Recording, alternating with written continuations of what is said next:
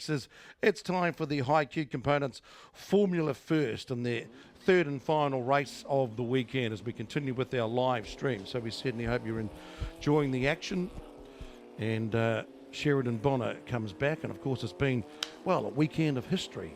First woman to do the NZ V8s, 51.8. Glenn Smith sets the track on fire with a new lap record and then blows the car. Unbelievable. And you guys celebrated 50 years of Formula V, Formula First motor racing in New Zealand, and we've had some fantastic racing to carry on the traditions. And what was the learning curve from the last race? The learning curve from the last race? You got to be there at the end to win it, really. Unfortunately for Billy Fraser having that spin, but he's going to come back harder and faster in this one, definitely. But that front group, it's... we may have had a new lap record and the track literally set on fire, but our racing is definitely going to come alight here, hopefully in this last race. We've just seen some great example of drafting and slipstreaming in the Toyota 86s. So, gee, it was like one of those races. You never knew who was going to get up onto the checkered flag, and it all came down to the last corner, which is the hairpin to set up the passing manoeuvres going up and over the hill for the checkered flag. And dead set, we will see that again in this race because Chris Symon starting on pole and Brodie McConkey, they have been doing that right throughout the two races. And so far it's Symon who's got a win and Thomas Boniface who grabbed a checkered flag last time. Yeah, so Chris Symon's perfect run has come to an end. He's dropped a whole 15 points in this championship so far. So let's see if he can continue that domination, or will it be someone else? And can Brodie McConkey get into that hairpin and out of the hairpin and try and take the checkered flag? Because he's been very close a couple of times, the kid out of the Kapiti Coast. On the outside of the grid, Symon on the inside, down to turn one, Boniface, Fraser, Smith, Hendel, Cox, Carter, Foster, Holden, Tsuruno. And McConkey's got it into that first corner. Can he stay there? How long will he be able to live there as they ride through to turns 2, 3 and onto the back straight? Yeah, I hope Brodie was pretty lucky there. Chris sort of feathered off the throttle and looked like he let him actually go. So can't win this race in the first lap, but you can certainly lose out on it. So there they go, streaming down the back straight. A great sight, a field of 18. Has there been a certain vibe about the championship this year compared to, say, last year? Yeah, a little bit. Fair few new faces and a few shifting of cars, and actually a few guys that have come into the class and staying in their sort of second or third year, becoming sort of the journeymans of the class. So a little bit of a different vibe, but we've still got the hard fast action. Last year we had Caleb Nato dominate the start of the championship. This year we've got Chris. He's gone up to the 86s, so, you know, he's used that as a stepping stone and a pathway, which is, you know, why they call it Formula First, don't they? Yeah, well, you look at all the races over the weekend. We've had Matt Pajewski in the V8s. We've had Michael Neville in the Porsches as Chris Symon goes down the outside. And Reece Hendel Cox gets a bit excited too, right around the outside. Holds on to it, just. Can he make the pass stick over the ripples? And McConkey's gone back to third, but that's no surprise in this racing because that's going to happen lap after lap till we get down to the final lap, which is still 8 laps, which is still 7 away. Yeah, so they'll be all thinking about that last lap and how they're going to set themselves up to end up in front, coming past the start-finish, but it's all about getting out of that hairpin and in the right posse to do it. But it's all about learning the racecraft from these Formula First, like you talked about Pajewski, Nato, and the other guys that have come through the class that are still racing and have gone on to other classes up here and in other forms, isn't it? So it's been great. Yep, yeah, because Nato is in the 86s. Callum Crawley and has gone. Our current national champion has gone to Formula Ford. So it's really good to see them progressing through their careers, and we look forward to seeing how well they're going. So up and over the top, Symon in the yellow car. He's got buried by the other guys, so it's going to be another. Brodie McConkey has grabbed that lead back again. It was only a couple of laps ago we said don't worry about that, and all of a sudden he's done it. Symon's now slipped back into second. Hendel Cox is still hanging out wide, and then you've got Boniface, who's just locked in a battle with Billy Fraser, and then Liam Foster's come up from there, and Amy Smith as well. This is great to see those top 8 cars really fighting it out for the win. They'll everyone's in a sniff, even Ron Carter at the back. He'll be just, I was speaking to him before, and I said, you only lost that race by a second. You only have to make that up over 8 laps, so you should be all right. So who are the older boys in the field as we have a look at, once again, almost 3-4 wide going down into the hairpin. Chris Symon's made the move.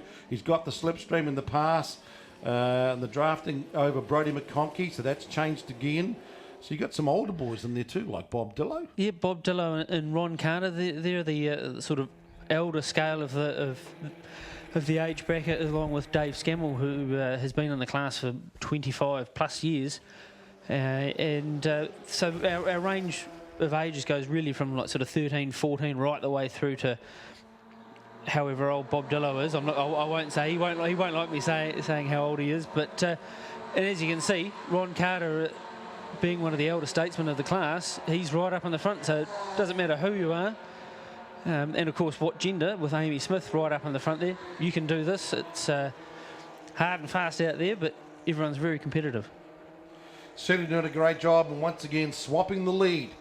One of the great features of Formula First racing is the ability for the drivers to, and you've got to be patient, isn't it? You've got to be able to build your race plan and your race craft. Because look at Billy Fraser now, right? So now he's getting in behind Symon.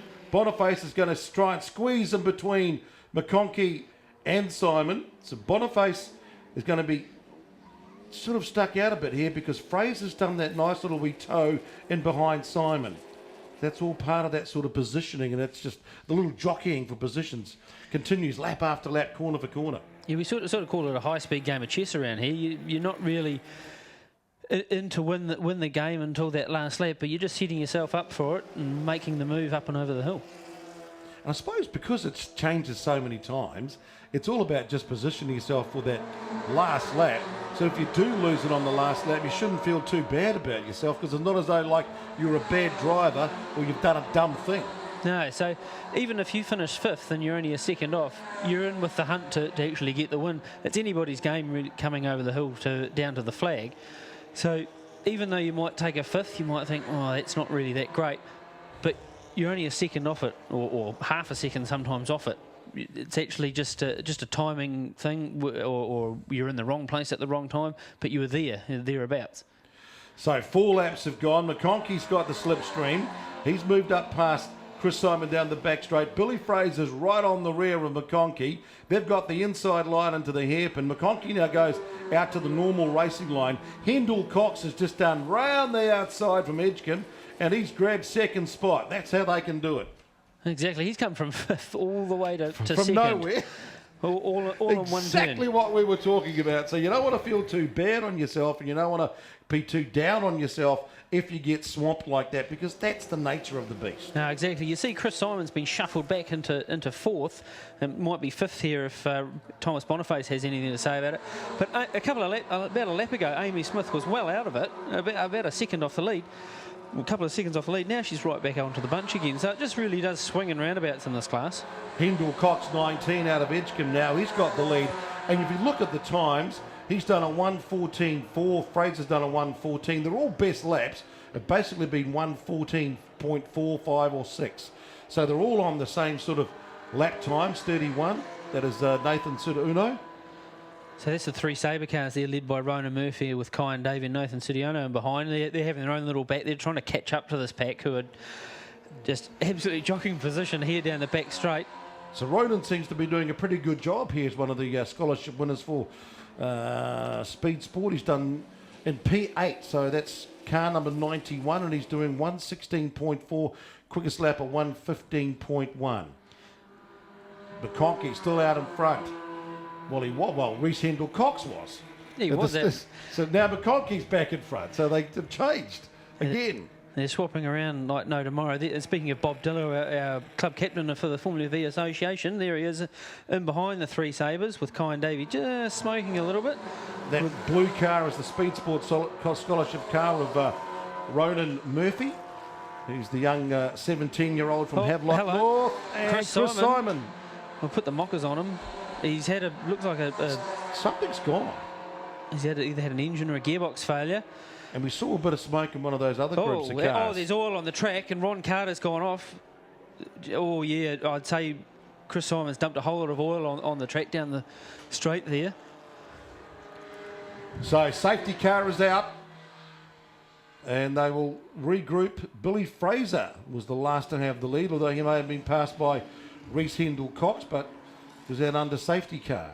So we'll have to try and work that out. They'll have to go back. I hopefully get the feeling they might get that car out pretty quick. So this could turn the championship on its head, because you've got Billy Fraser 14, Reese Hendel-Cox, Thomas Boniface, Chris Symon, Amy Smith, and all of a sudden now we're under safety car. May not be it certainly won't be the first race to finish under safety car this weekend. We've already had that with the muscle cars. Yeah, I think this might finish under safety car. They're coming up to get the last lap board, I think. That'll be a real blow to Chris Symon's championship. That's a big fat naught, and no points doesn't win championships, unfortunately. Yes, it's those DNFs as we get the last lap board. So it's Reese Hendel-Cox, Billy Fraser, Thomas Boniface, Amy Smith, Liam Foster, Kyan Davey, Chris Symon.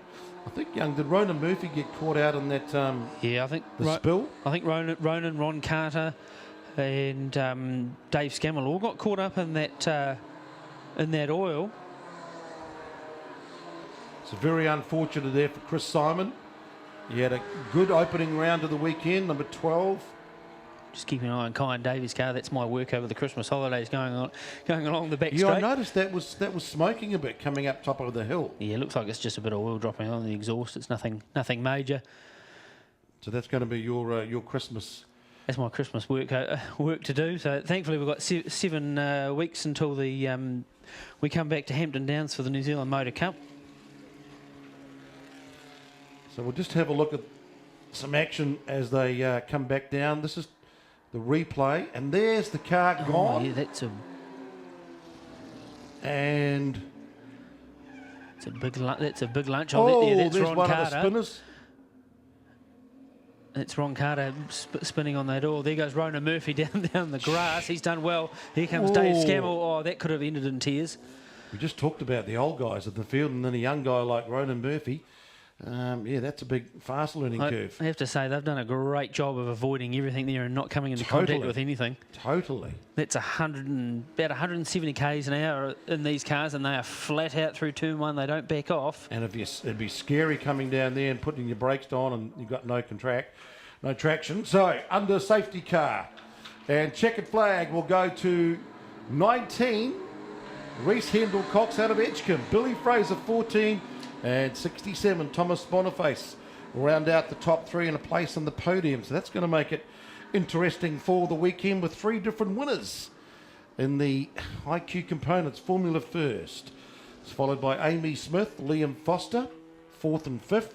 Kyan Davey, number 12, one of the rookies. Bob Dillo getting up to 7th. Nathan Suda-Uno in 8th. Barry Holden 9th. Louis Redshaw in 10th.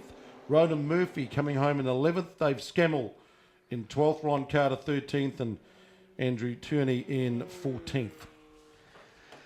Yeah, so unfortunately we were robbed of a finish there. But thankfully all those cars that went off managed to avoid any damage, which we never like to see. Unfortunately for Chris Symon's championship, he'll really be ruining that. A big fat naught that will, off the top of my head, might put Reese Hendel-Cox actually in the championship lead, if my maths is serving me right.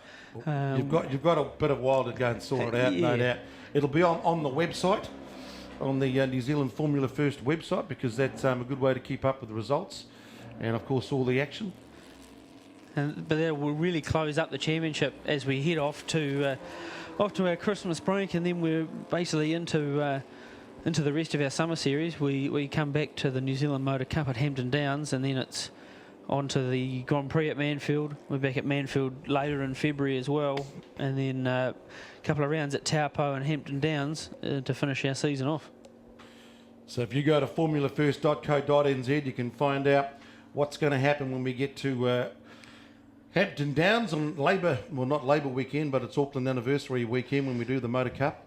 It's going to be absolutely fantastic, and of course you guys always provide thrilling racing, and you never know what's going to happen, do you? Yeah, well, exactly. So hopefully we can provide some more great action at Hampton Downs. It usually provides the same sort of action we see here.